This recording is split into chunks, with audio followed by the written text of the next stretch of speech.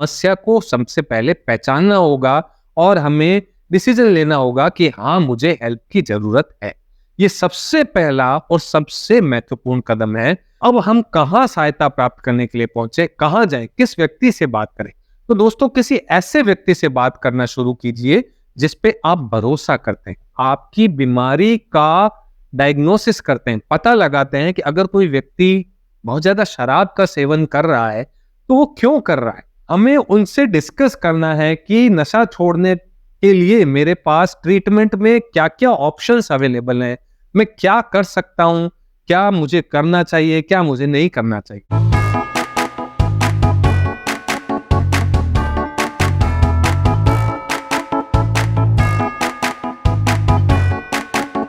नमस्कार दोस्तों, नशा मुक्त भारत के निर्माण में जो हमारी मुहिम है उसमें हम आज की वीडियो में बात कर रहे हैं कि अगर किसी को नशे की लत लग जाए तो वो कैसे मदद ले। यानी नशे से बाहर आने के लिए या नशे से ठीक होने के लिए क्या स्टेप बाय स्टेप गाइडलाइन है, क्या स्टेप्स ले वो ताकि वो नशे से बाहर आ जाए। तो दोस्तों, नशे की जो लत है वो एक अंतहीन लड़ाई की तरह लग सकती है अगर व्यक्ति को, लेकिन अगर यह एक ऐसी लड़ाई है जिसे अगर वह व्यक्ति अकेले नहीं लड़ता है, मदद मांगता है, तो उसका ये जो मदद मांगने का कदम है वो उसके ठीक होने की दिशा में उसका पहला कदम होता है। और आज हम इसी प्रक्रिया के हर स्टेप में आपका मार्गदर्शन करने के लिए यहाँ हैं। नमस्कार दोस्तों, मैं हूं डॉक्टर अनंत राठी, मनोचिकित्सक एवं नशा मुक्ति विशेषज्ञ, बीकानेर, राजस्थान से। जी हाँ दोस्तों, नशे से ठीक होने की यात्रा में मदद लेने का जो निर्णय अगर कोई व्यक्ति ले लेता है कि मुझे किसी की हेल्प लेनी चाहिए, और वही एक जो है उसका पहला स्टेप, सबसे इंपॉर्टेंट स्टेप होता है, उस व्यक्ति को और उसके परिवार दोनों को ये समझना होगा कि नशा जो है वो एक चिकित्सकीय स्थिति है, यानी एक बीमारी है, ना कि कोई लूज कैरेक्टर होने की निशानी या कोई गलत व्यवहार होने की निशानी। ऐसा बिल्कुल भी नहीं है। तो अब हम आइए आपको नशे से बाहर आने में जो सहायता कैसे प्राप्त की जा सकती है, इस प्रक्रिया से आपको रूबरू कराते हैं। तो सबसे पहला जो स्टेप है दोस्तों, वो है कि सब समस्या को सबसे पहले पहचानना होगा और हमें डिसीजन लेना होगा कि हाँ, मुझे हेल्प की जरूरत है। ये सबसे पहला और सबसे महत्वपूर्ण कदम है, ये पहचानना कि हाँ, मेरे को नशे की प्रॉब्लम है। और यह जो एहसास है वो अपनी व्यक्तिगत चिंतन से या अपनी फैमिली मेंबर्स जब उनके सामने चिंता जाहिर करें, उसके बाद उस व्यक्ति को जो नशा करता है उसको ये एहसास आ सकता है कि हाँ, मुझे नशे की प्रॉब्लम है। अब ये स्वीकार करना कि नशे की प्रॉब्लम तो है पर मुझे हेल्प की भी जरूरत है, मुझे मदद लेनी चाहिए ताकि मैं इस नशे से बाहर आ सकूं। जब आप ये निर्णय ले लेते हैं कि हाँ, मुझे हेल्प लेनी चाहिए, तो ये आपका सबसे साहसी निर्णय होता है जो आपको इस नशे के कुचक्र से बाहर निकालने में आपकी मदद कर सकता है। वो जो हेल्प का हाथ है वो आपको नशे के कुएं से बाहर निकालने की तरफ जो है बहुत इंपॉर्टेंट स्टेप होगा। अब हम बात करते हैं सेकेंड स्टेप की। तो दोस्तों, जब हम सहायता प्राप्त करने के लिए राजी हो गए, तो अब हम कहाँ सहायता प्राप्त करने के लिए पहुंचे, कहाँ जाएं, किस व्यक्ति से बात करें? तो दोस्तों, किसी ऐसे व्यक्ति से बात करना शुरू कीजिए जिस पे आप भरोसा करते हैं। चाहे वो आपका फैमिली मेंबर हो, चाहे वो आपका फ्रेंड हो, चाहे वो आपका काम करने वाली जगह पे कलीग हो, चाहे वो प्रोफेशनल कोई डॉक्टर हो या कोई फोन पे हेल्पलाइन अवेलेबल हो जो आपको एक गोपनीय सलाह देती हो।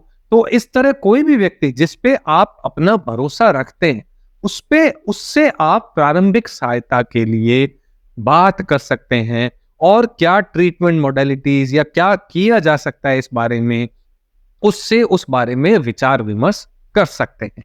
अब आता है, हम बात करते हैं दोस्तों कि तीसरा स्टेप क्या है। पहले हमने प्रॉब्लम को पहचाना, मदद लेनी है ये पहचाना, दूसरा मदद किससे लेनी है ये पहचाना, तीसरा अब हमें एक स्पेशलिस्ट खोजना होगा। स्पेशलिस्ट मतलब दोस्तों जो मनोचिकित्सक और नशा मुक्ति विशेषज्ञ है, उनसे हमें परामर्श लेनी होगी। ये स्पेशलिस्ट जो होते हैं ये आपकी बीमारी का डायग्नोसिस करते हैं, पता लगाते हैं कि अगर कोई व्यक्ति बहुत ज्यादा शराब का सेवन कर रहा है तो वो क्यों कर रहा है। क्या उस व्यक्ति को कहीं अंडरलाइंग डिप्रेशन तो नहीं है? उस व्यक्ति को कहीं अंडरलाइंग एंजाइटी डिसऑर्डर तो नहीं है, जिससे बचने के लिए थोड़ी देर वो उस नशे की गिरफ्त में चला जाता है, अपनी उन प्रॉब्लम्स को भूल जाता है, लेकिन जैसे ही नशा उतरता है वो और अधिक प्रॉब्लम में फंस जाता है।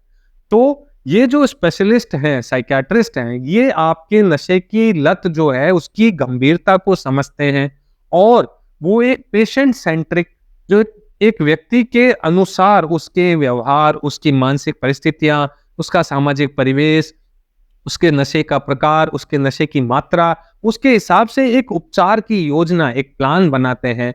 ऐसा एक साइकियाट्रिस्ट आपको सर्च करना है जो कि नशा मुक्ति विशेषज्ञ हो और उसको नशा छुड़वाने के जो लोगों का नशा छुड़वाने का अच्छा खासा अनुभव हो, उनसे हमें मिलना है।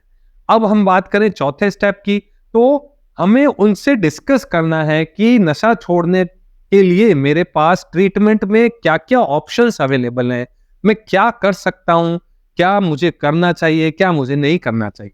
तो जी हाँ दोस्तों, नशा अगर कोई छोड़ना चाहता है तो उसके उपचार के बहुत से ऑप्शंस अवेलेबल हैं, लेकिन सबसे अच्छा जो तरीका होता है वो तरीका होता है कि मिक्स्ड यूज करना। मतलब जैसे दवाइयां भी लेना, काउंसलिंग भी लेना, सेल्फ हेल्प ग्रुप्स का भी यूज करना। इस तरह से हम एक मिक्सचर का यूज करें कि जैसे कोई फिजिकल सिम्टम्स ऑफ विड्रॉल आ रहे हैं या कोई मेंटल हेल्थ रिलेटेड प्रॉब्लम हो गई है नशे की वजह से, तो उसको ठीक करने के लिए अगर किसी दवाई की रिक्वायरमेंट हो तो साइकियाट्रिस्ट से दवाई ले। अगर हमें अपने जो एक लेवल ऑफ मोटिवेशन है जिसमें हम नशा ना करें उसको बूस्ट अप रखने की रिक्वायरमेंट है, तो हम एक काउंसलर से मदद ले सकते हैं।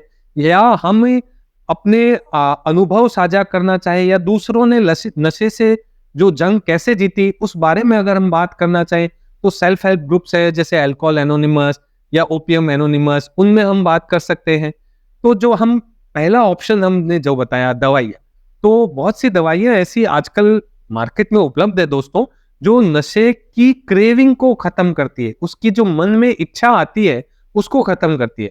जैसे दोस्तों नाल्ट्रेक्सोन नाम की एक दवा आती है जो अफीम का नशे की भी क्रेविंग कम करती है, या हम कहें तो अल्कोहल के नशे की भी क्रेविंग कम करती है।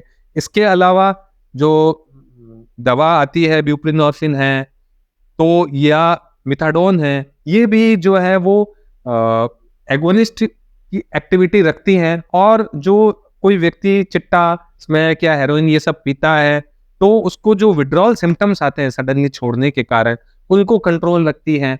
तो इस तरह से बहुत सी दवाइयां बाजार में आजकल उपलब्ध हैं जो मनोचिकित्सक के प्रिस्क्रिप्शन पर मिल जाती हैं, जो विड्रॉल सिम्टम्स को कंट्रोल करती है, जो अंडरलाइंग साइकेट्रिक डिसऑर्डर्स को कंट्रोल करती हैं और आपको एक जो कंट्रोल्ड विड्रॉल में रखती है, आपको कोई ज्यादा शारीरिक तकलीफ नहीं हो।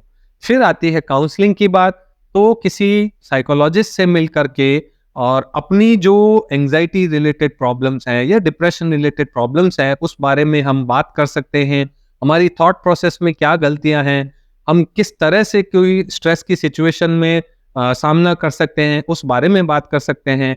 और सेल्फ हेल्प ग्रुप्स जो है उसमें हम लोगों के अनुभव साझा कर सकते हैं कि उन्होंने नशे से जंग कैसे जीती, ऐसी सिचुएशन कभी हमारे साथ आ जाए तो हमें क्या करना है, उस बारे में हमें जो है वो जानकारी मिलती है। तो ये है दोस्तों जो स्टेप्स, वो स्टेप है कि हम अपने घर पे बैठे किस तरह से अपना या अपने किसी परिचित का नशा छुड़वा सकते हैं। लेकिन अगर कोई व्यक्ति इतना ज्यादा जो है नशे की गिरफ्त में आ गया, जो नशा छोड़ना ही नहीं चाहता, या उसका दिमाग इतना अपसेट हो गया है कि वो दवा ही नहीं ले रहा है, तो ऐसी स्थिति में जो ये गंभीर मानसिक स्वास्थ्य संबंधी प्रॉब्लम में फंस गए हैं, उनके लिए दोस्तों हमें रिहैबिलिटेशन सेंटर्स की हेल्प लेने की जरूरत होती है। ऐसे बहुत से सेंटर्स जो हैं हमारे आसपास नजदीक होते हैं, जो 24 घंटे पेशेंट्स को जो नशे से संबंधित हैं उनकी साइकियाट्रिक हेल्प के लिए उनको अपने पास ही रखते हैं, उनको मेडिसिन भी देते हैं, उनको काउंसलिंग भी करते हैं, उनका जो जीवन की जो दिनचर्या है उसको सुधारते हैं और जीवन को में वापस सुचारू रूप से लाने के लिए वो उनमें कोई डिटॉक्सिकेशन की मेडिसिन देनी है तो वो भी देते हैं, चिकित्सकीय देखभाल भी करते हैं और लंबे समय तक नशे से दूर रहे इसकी भी उनको जो है आगे की योजना देते हैं। तो इस तरह से रिहैबिलिटेशन सेंटर्स का इस्तेमाल भी खासतौर से उन लोगों के लिए किया जा सकता है जो अपने आप घर पर रह करके नशा छोड़ने में सक्षम नहीं है। अब छठा और जो एक बहुत इंपॉर्टेंट स्टेप है वो है रिलैप्स को रोकना। दोस्तों, नशा तो बहुत लोग सैकड़ों बार अपने जीवन में छोड़ते हैं, लेकिन रिलैप्स को नहीं रोक पाते। 15 दिन, महीना, 2 महीना नशे से दूर रहते हैं और एक दिन एक दोस्त आकर के उन्हें कहता है कि आज और कर ले, और वो वापस रिलैप्स में चले जाते हैं। तो दोस्तों, सिर्फ नशा छोड़ देना जो है वो हमारा जो ट्रीटमेंट प्लान है वो यहाँ खत्म नहीं हो जाता, बल्कि हमारा ट्रीटमेंट प्लान जो एक आजीवन यात्रा है, न सिर्फ नशा छोड़ना बल्कि नशे को आजीवन के लिए, पूरे जीवन के लिए छोड़े हुए ही रखना।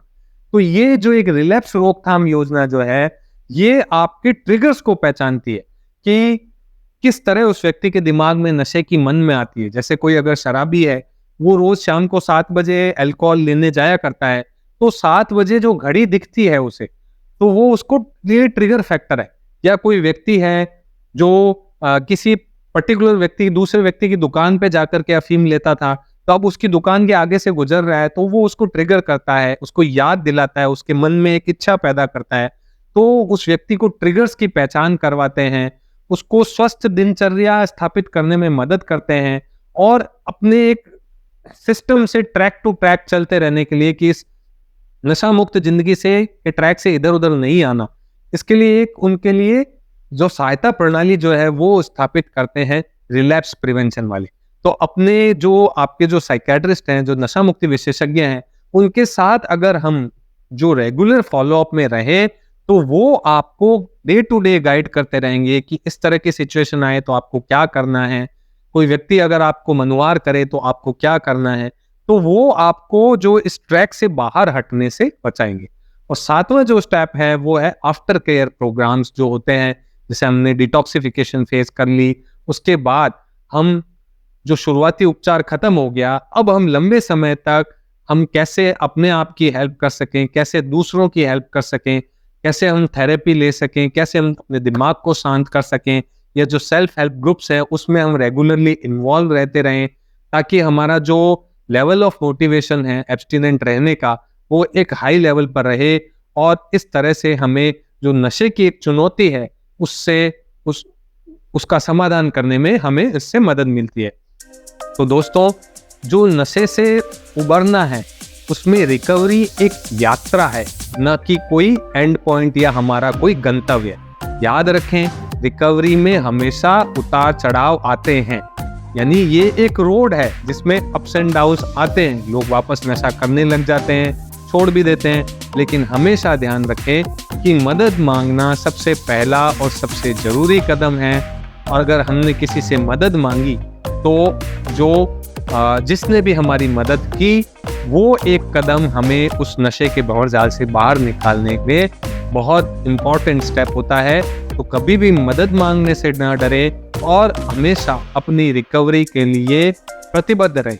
यदि आपका या कोई आपके परिचित का कोई भी व्यक्ति नशे से जूझ रहा है, तो ये आपकी जिम्मेवारी बनती है कि आप पहला स्टेप उठाएं, उसे मदद ऑफर करें और फिर उसे किसी साइकियाट्रिस्ट के पास लेकर के जाएं, हेल्प दे, तभी वह ठीक हो पाएगा।